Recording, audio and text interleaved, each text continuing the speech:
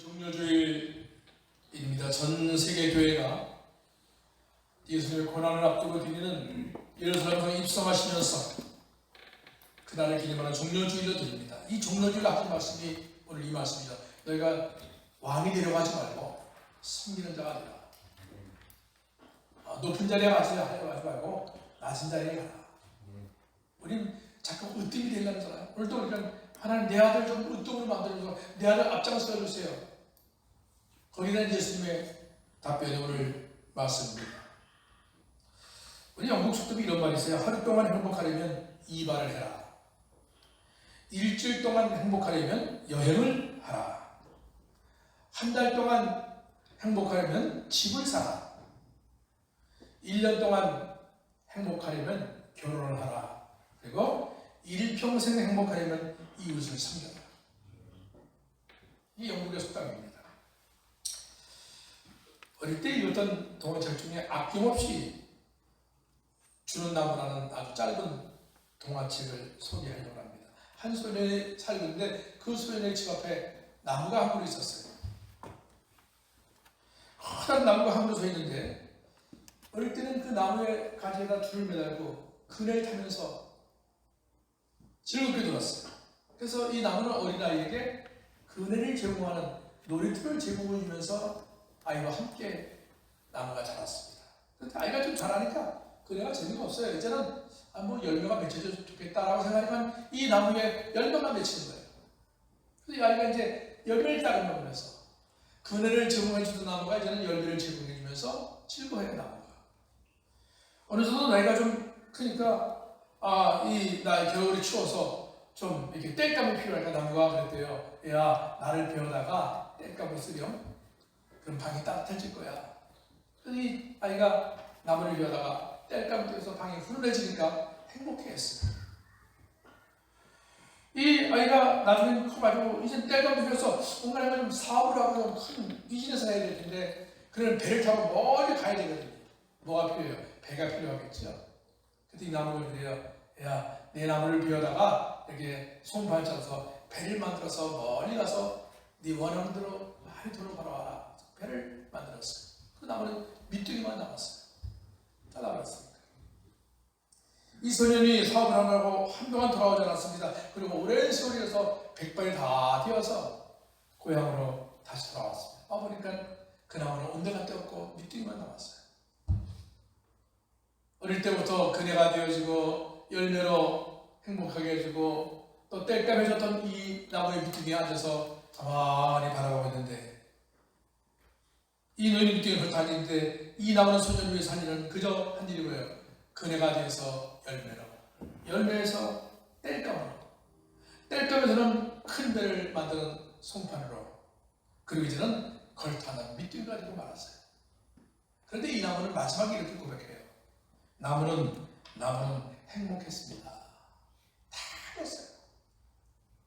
그네를 주고 열매를 주고 땔감을 주고 배에 재원을 주고 다 주고 밑둥만 남았는데도 나무는 행복했습니다. 이렇게 한 어릴 때의 동화책의 기억이 납니다. 이 두 이야기가 오늘 저는 우리 종료주일을 맞이해서 우리에게 시사해주는, 생각해주는 바가 있다고 저는 생각을 해봅니다.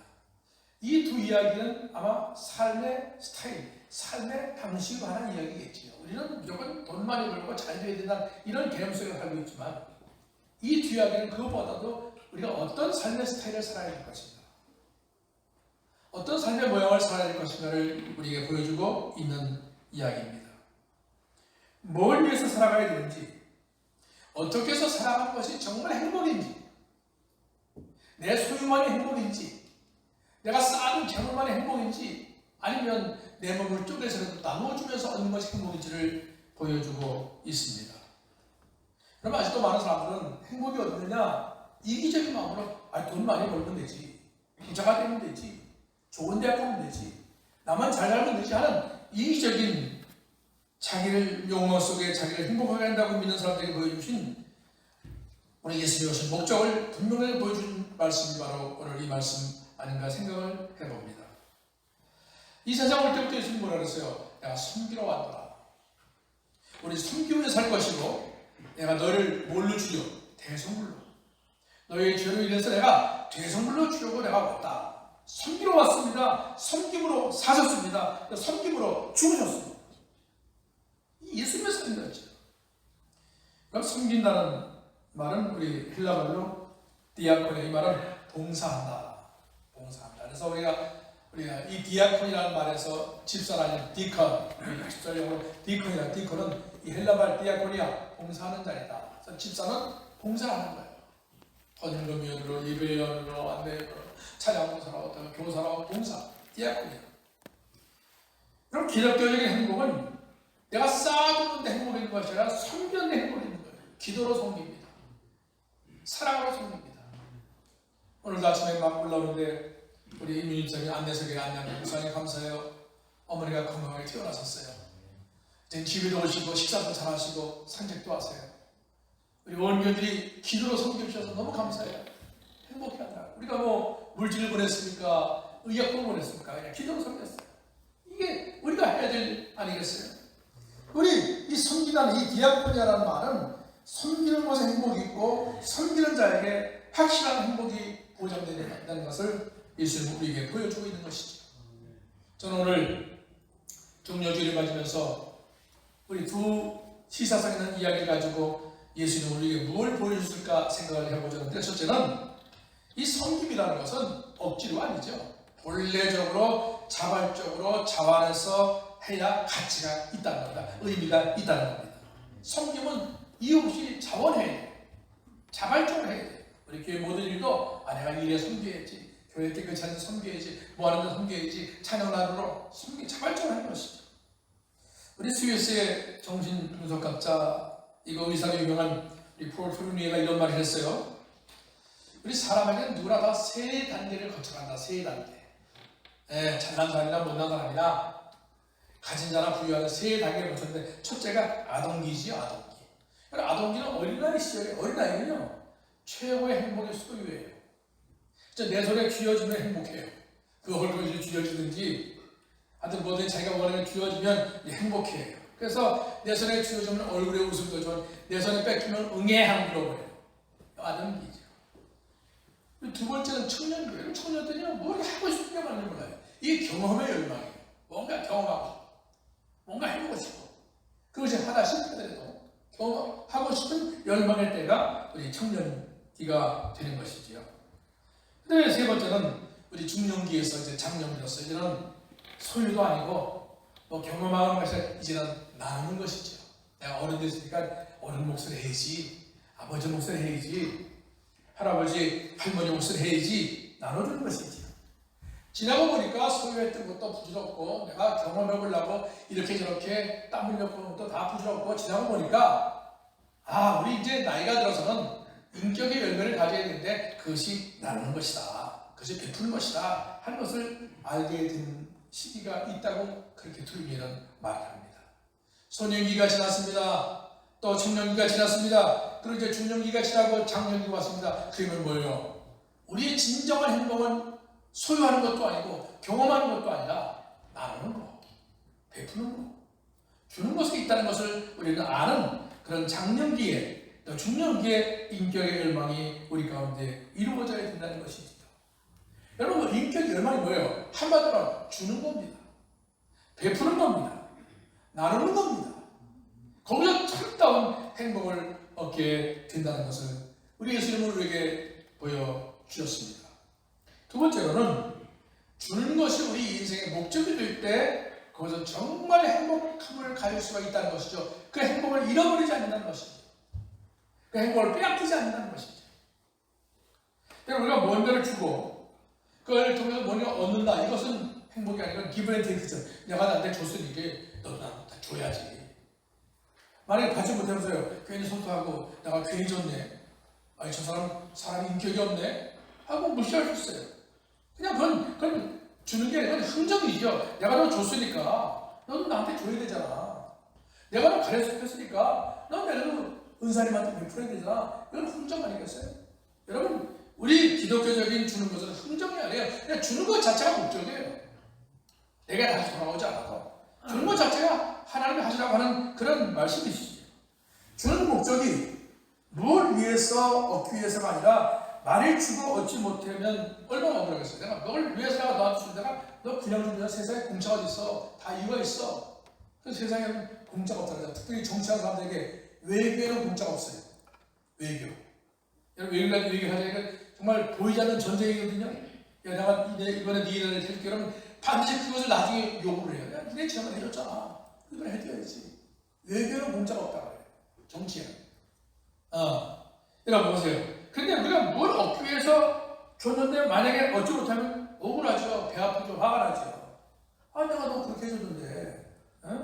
그래서 예수님 말씀하시길 뭐든지 주긴 줘도 결코 주는 것으로서만 행복을 누려야지 다시 받고자 하는 것은 행복이 아니다 하는 것입니다. 26절에 보면 누구든지 크고자 하는 자는 너희를 섬기는 자가 되라. 누구든지 남자든 여자든 어린아이든 큰아이든 가진 자든 못 가진 자든 너희를 섬기는 자가 큰 자가 되리라. 여러분 큰 사람 되기를 원하세요? 그렇다면 너희를 섬기는 자의 목적을 정하세요. 너희를 섬기는 자, 목적을 품으면서 너희를, 나를 아니에요. 내 가족이 아니에요. 너희를 섬기는 자가 되리라.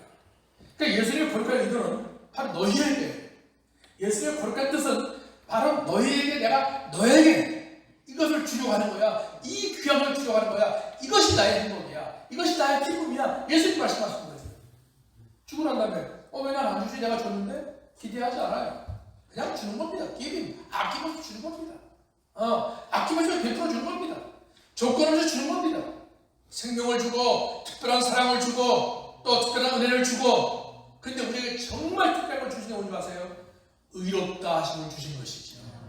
너를 의롭다 하면 내가 대성물로 선물을 주셨다. 재물보다도 귀한 의롭다. 세상의 명예보다 더 귀한 의롭다. 왜? 그 의롭다함으로 하나님의 자녀가 되고 그 의롭다함으로 하나님의 자녀가 내가 천국문에 들어가기 때문에 내가 주신 최고가 내가 너를 의롭게 했다 하는 것이지. 우리가 살아가면서 물질도 필요하지요. 물질이 있어야 뭐 교회도 짓고 선교도 하고 많이 하지 않습니까? 남을 도와주기도 하고. 그러나 그것보다 더 큰 것은 우리가 의롭다 함을 얻는다는 것이죠. 여러분이 믿는 기독자들에게는 대단한 건 세상의 모든 소유보다도 하나님의 자녀라는 존귀함을 받고 의를 받는 것입니다. 그 의롭다 하심. 그래서 우리가 죽을 대신 우리 주님이 죽으셨고 그 주님 죽으심으로 이 존귀를 받고 의를 받게 하시려고 해서 주님은 이 땅에 오신 것이지.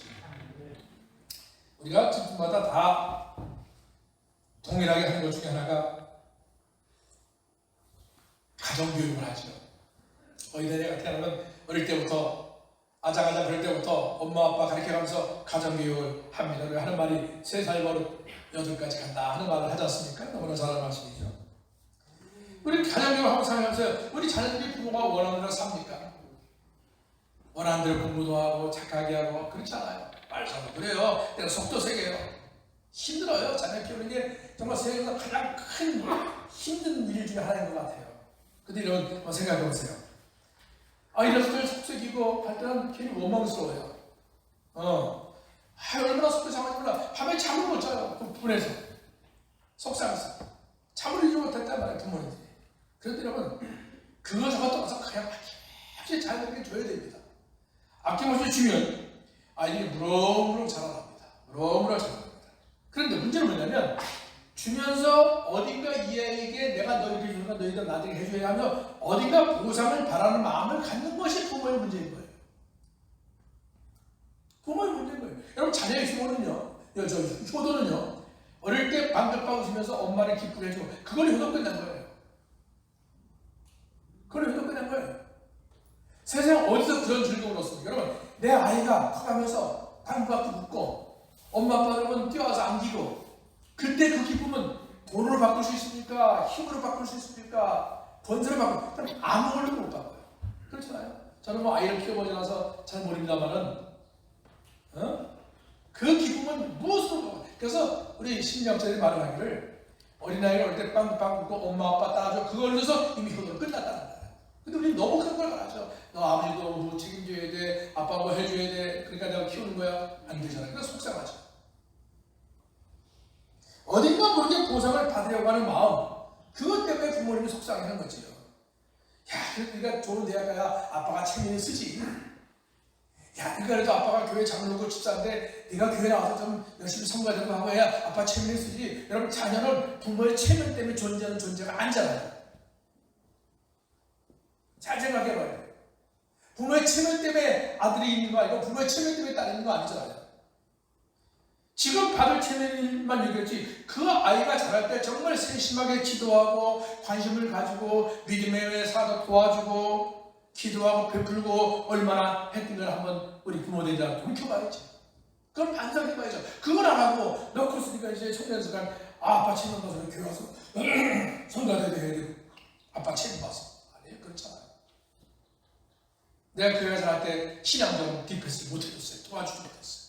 그러니까 믿음으로 자라더라 가르치지 못해요. 그걸 좀 더 생각하고 이제 다 컸으니까 그건 강요지요. 그건 신앙적 폭력이지요. 그렇게 하지 못하면 부모의 책임이고 교회의 책임이지요. 근데 그게 안 되니까 속이 상하는 거예요. 그러니까 아이고 내가 저걸 먹고 저걸 낳고 미역국 먹었나, 내가 저걸 위해서 내가 그렇게 고생해서 공부하려고 했나, 속상한 거예요. 그러니까 누가 그래, 어휴 저 나래강도 가면서 그 아들이 하나면 몇 강도, 한 강도, 아들이 둘은 몇 강도, 두 강도. 그럼 집에 강도를 품고 사는 마음이 편하겠어요? 아들이 셋이면 세 강도. 알았어요? 그거 잊어버려야 돼. 그냥 주는 거예요. 아낌없이 주는 거예요. 그리고 관심을 갖는 거예요. 기도해 주는 거예요. 그러니까 중노를 하는 거예요. 그러면 넉살올라 문제가 없어요. 근데 뭔가 아이들을 해주고 부모들이 자꾸 보상을 받으려고 하니까, 보상을. 내가 이렇게 해서 해줘야지. 안 되니까 속상해하고 기분 나빠하고 자식 잘못 가르친다고 생각하고. 그럼 맞죠? 자식 잘못 가르치고 자기가 부모가 잘못 가르친 거니까. 참 그러니까 우리가 이게 참 쉬운 게 아니에요. 이게 섬기. 우리 자녀들도 그런 섬기는 마음으로 우리가 가르치고 아낌없이 주고 그리고 세심하게 돌봐주고 신앙의 때에 신앙으로 지도하고 그래서 열매를 또 우리가 기다려야 되는 것이거든요. 이것이 뭐 부모 자녀 분이겠어요. 남편과 아내도 마찬가지죠. 저는 가끔 저희 부모님 생각하면 저희 아버님 고인규 장로님 소통하셨습니다만 참 우리 아버지 어머니 사랑이 아주 돈독했던 것 같아요.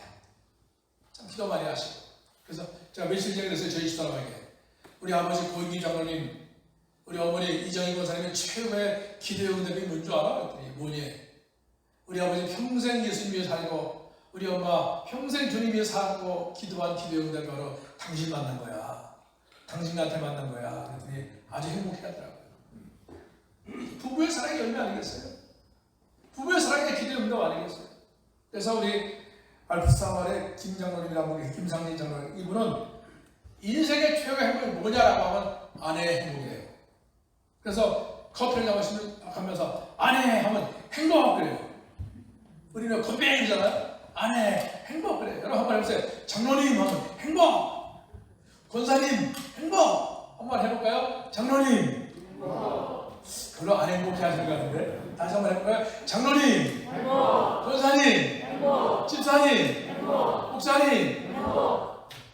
그 장로님 누구예요? 자기는 인생의 목적이 돈 버는 것도 아니고 뭐 큰 권세 부리는 것이 아니라 가정의 행복이라는 거예요. 아내의 행복이라는 거예요. 그러니까 가정이 늘 즐거워. 아내가 우리 남편이 내 행복을 위해서 존재하는 남편이야. 얼마나 행복해요. 저는 가끔요 신문기사에 그런 거 봐요. 어떤 분이 돌아가시면서 자기 전 재산을 사회에 환원을 했어요.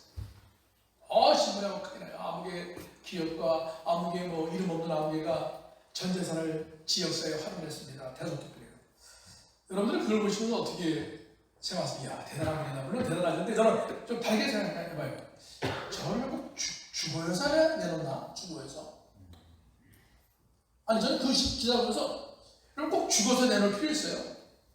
아니 귀하면 살아서 어차피 죽으면 못 가지고 가는 거잖아요. 1억이 있든 10억이 됐든 100억이 됐든 못 가지고 가는 거 그거 내놓는 게 뭐 그렇게 대단한 사명입니까?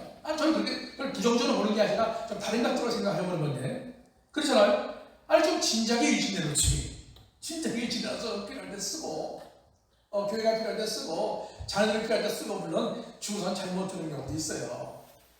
얼마 전에 어떤 분이 그래요. 저희 교회 왜 우리 교회 구제를 안 하냐면서 내가 그랬어요. 구제 해봤는데 구제 해보니까 우리 구제 받은 분 나와서 술 사먹더라. 아니 이게 어떤 거예요? 2천 넘게 안 나간대요. 왜 안 나갔더니 교회가 선교도 안 하고 구제도 안 한대요. 그래서 제가 우리 주보에다가 선교지 그걸 쭉 쓴 거예요. 일부러 보라고. 그래서 그랬어요. 예, 우리 구제 해봤어요. 시험세요. 5만 원도 주고 10만 원인데 그 구제 받은 분에 공도 생겼네. 잘 되네. 나 술 한잔 하지. 그래서 우리가 지역사회에 그런 사람들 구제 안 합니다. 제가 그렇게 얘기했어요. 구제금은 구제금으로 써야지요. 좀 진즉이 내놓으면 얼마나 좋아요. 교회가 필요할 때 좀 교회가 먼저 내놓고 자녀가 필요할 때 먼저 내주고 어차피 죽어서 뭐 다 사회를 가든지 자녀를 갈 텐데 그거 뭐 마지막 숨기기 전에 내놓으면 얼마나 좋습니까? 어차피 내 것이 될 게 아닌데 좀 더 일찍이 내가 쓸 것을 내가 꼭 필요한 것을 나를 희생시켜서 내놓고 쓰고 섬기면 이게 아름다운 일이지. 죽은 다음에 내놓고 그게 신문에 돼서 특별하고 물론 그것도 아름다운 일이죠. 그런데 귀한 것은 정말 필요할 때 정말 써야 때 내가 정말 아낌없이 주는 나무처럼 헌신하면서 내어준다면 얼마나 그것이 귀한 열매 맺겠습니까? 그래서 우리 데일 카네기 이런 말 했어요. 돈을 버는 게 기술이다. 그런데 그 돈을 잘 쓰는 건 예술이다. 그럼 기술과 예술은 차이가 있거든요. 기술은 내 것이지만 예술은 나를 행복하게 하거든요. 그럼 예술 가지고 보세요. 얼마나 나를 행복하게 합니까? 음악을 하는 사람들, 그림을 그리는 사람들, 그 예술가들, 조각가들의 조각을 보면서 얼마나 우리가 행복해 합니까? 음악을 들으면서 얼마나 즐거워합니까? 예술이거든요. 여러분 돈을 벌어 남주나가 아니야. 돈을 벌어서 남주자가 맞는 말이에요. 우리 기독교 벌어서 남주해야 돼요. 여러분 우리가 돈을 벌어서 남주는 예술을 하면요. 그 사람은 삶을 뭘로 바꿔요? 기술이 아니라 예술적인 삶으로 바꾸는 것입니다. 한동대학교, 우리 포항 한동대학교 우리나라에서 제일 좋은 대학교죠. 한동대학교 표어가 뭔지 아세요? 배워서 남주자, 벌어서 남주자. 기독교 대학교 아닙니까? 벌어서 남주자. 우리는 벌어서 남주나 내가 써야지. 아니, 벌어서 남주자. 이 벌어서 남주자라고 하는 이 대학교 표를 보고 기금 감명받은 장로님이 한 분 계셨어요. 오늘 저희 돌아가셨는데 99세로 돌아가셨는데 이분이 그 일을 하면서 장로인 걸 아는 사람이 별로 없었어요. 그냥 병원 원장, 일개병원, 또 한남동에 있는 장의원, 장로는 원장님이시면 저기 이렇게 한 것이 별 모양인데요. 제가 한동대학교 학생들하고 이렇게 한 120억을 기부를 했어요. 장학금 들고 저 한동대학교 한 별 모양인데 이분이 배워서 남주자는 이 표에 너무 감동을 받았어요. 1950년도에 평양 의전을 졸업하고선 피난이라서 한남동에서 그때는 한남동이 서울의 외곽이었습니다. 지금 한남동이 서울의 중심이 되어 있지만 외곽이었거든요.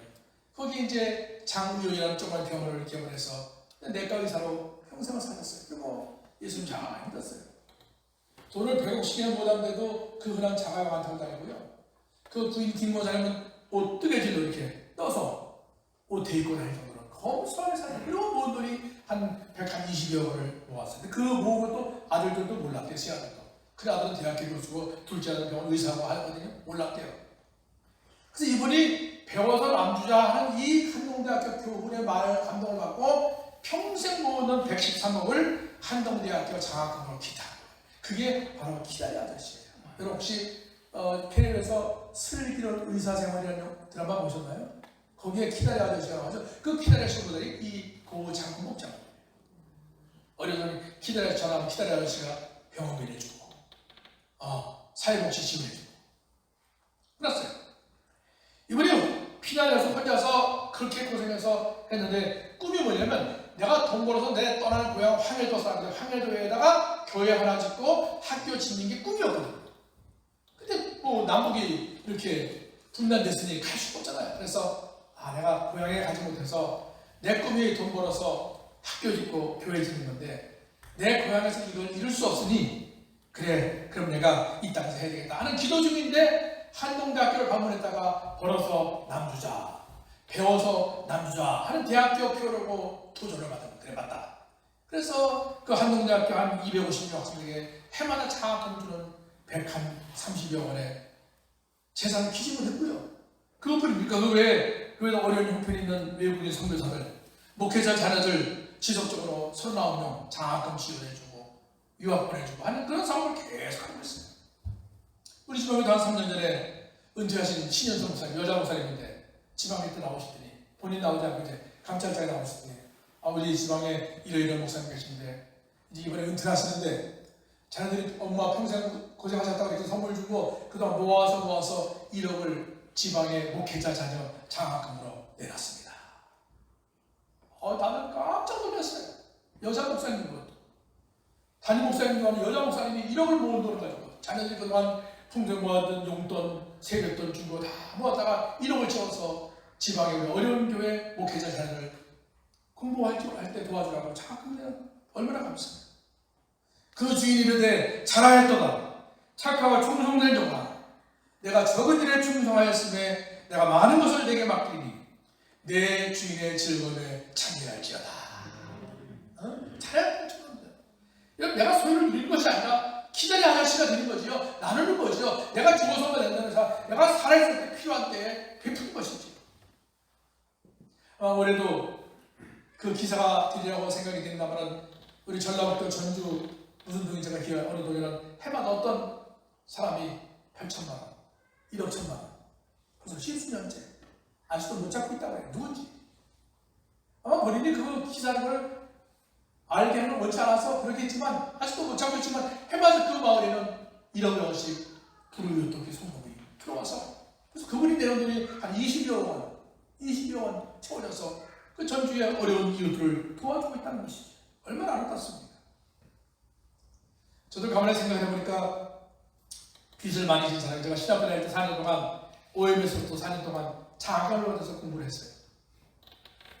근데 그 장학금을 준 미국의 OMS 애들이 돈 많은 부자가 아니에요. 아주 할머니, 아저씨, 지혜꾼이만 지혜꾼, 뜨개질하는 사람들이 1불, 2불, 10불씩 모아서 우리 한국의 서울신학대학교에 장학금을 보내고 제가 받으면서 공부를 했잖아요. 그래서 제가 그걸 받으면서 그런 생각을 나도 이제 갚아야지, 이걸 갚아야겠다. 받기만 하면 이제 갚아야지. 그런 생각을 늘 해요. 제가 전도사 때 제 친구의 교회 목사님이 그렇게 하신대요. 다른 거 몰라도 제가 이게 몇 번 했습니다. 절경금의 11조는 목사의 몫이다. 그래서 그 말이 그렇게 은혜가 돼서 그때부터 저도 좀 절경금의 11조 지금도 실천하고 있어요. 여러분 절경금의 11조를 10명만 하면 채워 끝나는 거 아니에요? 11조는요? 지금까지 실천하고 있습니다만 저는 이런 생각을 해봐요. 목사에게는 물론 억만장자의 비하면 큰 돈 아니지만 교회가 주는 혜택 중에 뭐냐면 주택관리비를 주잖아요. 전기세도 내주고 전화요금도 내주고 자동차세도 내주고 그걸 관리비를 좀 내주잖아요. 그래서 저는 그걸 어차피 내가 월급 써난다 하고 저걸 모아야죠. 이렇게. 저만 저희 집사는 몰라요. 그걸 10년씩 계속 모으고 있었는데 얼마가 됐는지 저만 알아요. 왜 모으는지 아세요? 어차피 내가 목사 아니면 내가 다 전기세도 내야 되고 가스요금도 내야 되고 자동차세도 내야 되고 보험료 내야 되고 이거 다 교회가 내주니까 그걸 다 모아놔야 돼. 모았다가 내가 이 다음에 은퇴할 때 얼마가 될지 모르지만 은퇴할 때 내가 크게 한번 기증하고 죽어야 되겠다. 내가 뭐 남아서 뭐 있겠다. 기증하고 죽어야지. 그런 생각을 지금도 모으고 있어요. 탐내지 마세요. 모으고 있어요. 그래서 이걸 한번 내가 뜻있게 살려고 마지막 은퇴하면서 이제 은퇴도 몇 년 안 남았는데 유학생을 지원했든지 선교단체에 기부하든지 아니면 은퇴한 동북교회 기부를 하든지 해야 되겠다 하고 지금 계속 모으고 있어요. 얼마 전에 우리 서울신학대 교일에 윤철원 박사 와서 차 한다면서 그 얘기를 했더니 형님 그걸 왜 선교단체에 기부를 해? 그걸 왜 교회는 작은데 하라고 그래? 그걸 서울신학대에 기부해야지. 제가 대학교 교수니까. 그래서 하는 말이 지금 장신하고 감수 총리 때는 기부자가 너무 많아가지고 장학금이 넘쳐서 대학원생을 전부 다 올 100% 장학금을 주잖아요. 그러니까 인재들이 다 장로교회로 가고 감리교회로 가요. 우리는 그냥 등록금 내가면서 공부를 해야 돼. 그러니까 당연히 요즘에 뜻있는 목사들이 우리 젊은 목사님 뜻이 모아서 우리 서울시대도 전 장학생 만들기 운동을 지금 하고 있어요. 그래서 지금 지난주에도 모여서 결성식하고 사진을 찍었어요. 저는 그런 생각을 해봐요. 저도 4년 동안 등록금 받을 때 장학금 받으면 잘했으니까 나도 갚아야지. 내가 갚아야지. 그래서 우리 윤 박사가 형님 뭐 교회는 장로님이 할 것이고 선교단체는 기업가 할 것이니까 그걸 서울시학교 모교에다가 기증하고 주고라고. 그래서 내가 속을 했죠. 하는 거 봐서 교회도 하는 거 봐서 학교 가는 거 봐서 제가 성내기다마는 한 20년 그게 모아분들이 모아져서 마지막에 어때 기준 나고 얼마나 멋집니까? 제가 시폭교에서 목회하는데 한 번은 이렇게 길을 가서 서 있는데 차가 뒤에서 쳤어요. 이거를 차가 좀 망가졌어요. 수리를 맡기고 병원에 한 주간 입원했었거든요. 태어나고 나니까 보험회사 직원이 왔어요. 목사님이시래요. 예. 뭘 주더라고요. 입원해서 일 못한 수당을 200만 원을 주더라고요. 별로 다치지도 않았는데 200만 원 받았어요. 야, 세상에 공돈. 야, 앞으로 자주 부딪혀서 1년에 한 10번만 부딪히면 한 2천만 원 벌겠다. 그런 생각도 했어요. 그럴 때 사람들이 와요. 내가 목사님 저 윤아북의 윤두삼 선교사입니다. 저 러시아 블라디보스토크. 윤 선교사 웬일이야? 형님 저기 성년이 있다가 교회 건축 어려워서 나왔습니다. 형님 한번 좀 주일 예배 좀 초청 좀 해주세요. 그래 와. 설교하시겠어요. 블라디보스토크에 막 건축붐이 일어날 때가 돼서 건축비가 많이 올랐대요. 그래서 돈 얻으러 왔대요. 얼마? 200만 원. 딱 그 순간에 내가 보상금 받는 거 하나님 주시라고 하는구나. 두 말 따라 끝나고 200만 원 줬어요. 윤상교사 이거 사 얼마 전에 뒤에서 차가 잘 받았어. 뒷바퀴가 좀 깨졌거든. 나 3일 입원했었어. 보험회사 직원 오더니 보상금 200만 원 주고 가대. 이거 아마 윤성교사 수랑 하나님 미리 하신 것 같아. 줬어요. 이 친구가 다닐 때마다 설교를 해요. 그래가지고 똑배 같은 이 목사님이 사고 나서 받은 보상금 한 번도 안 쓰고 블라디보스토크 거리에 있는 한인교회 건축비로 드렸다고 다니면서 썼다고. 예수님께서 이 여인의 말씀이 복음 전파되는 증거된 이 말씀이 바로 그 말씀이다 하는 생각이 들더라고요. 여러분 이제 얼마 안 남았다고 싸도 소유가 아닙니다. 제가 수요일날 헬스 가서 운동을 좀 하는데 요즘에 그 텔레비전에 의료 프로그램 많이 나오잖아요. 그래서 근육 운동 해야 된다. 그래서 그날 특히 이 다리 근육 운동을 하는 걸 좀 한 4kg 하던 사람이 8kg 했더니 발목이 삐끗했어요. 수요일 전에 예배까지 아무렇지도 않았는데요. 목요일에 일어나니까 무릎이 너무 아픈 거예요. 바로 제가 이제 황리 저수병원에 같이 아침 일찍 했더니 나보고 힘줄이 뒤틀려서 염증이 생겼대. 이틀째 젖더라고요. 그래서 이게 통풍과도 관계있으니까 통풍 검사하고 좀 검사하고 피를 뽑고 소변 검사를 제시하더라고요. 그래서 어저께 갔어요. 아침 9시에 결과가 된다고. 통풍 수치가 높아요. 그래요. 그리고 당뇨도 있으시네요. 그런 사람들이 근데 소변 검사가 심장이 안 좋으세요. 콩팥 수치도 높아서 계속 이러다가는 심장 투석해야 됩니다. 지금도 관리해야 됩니다. 겁을 주는 거예요.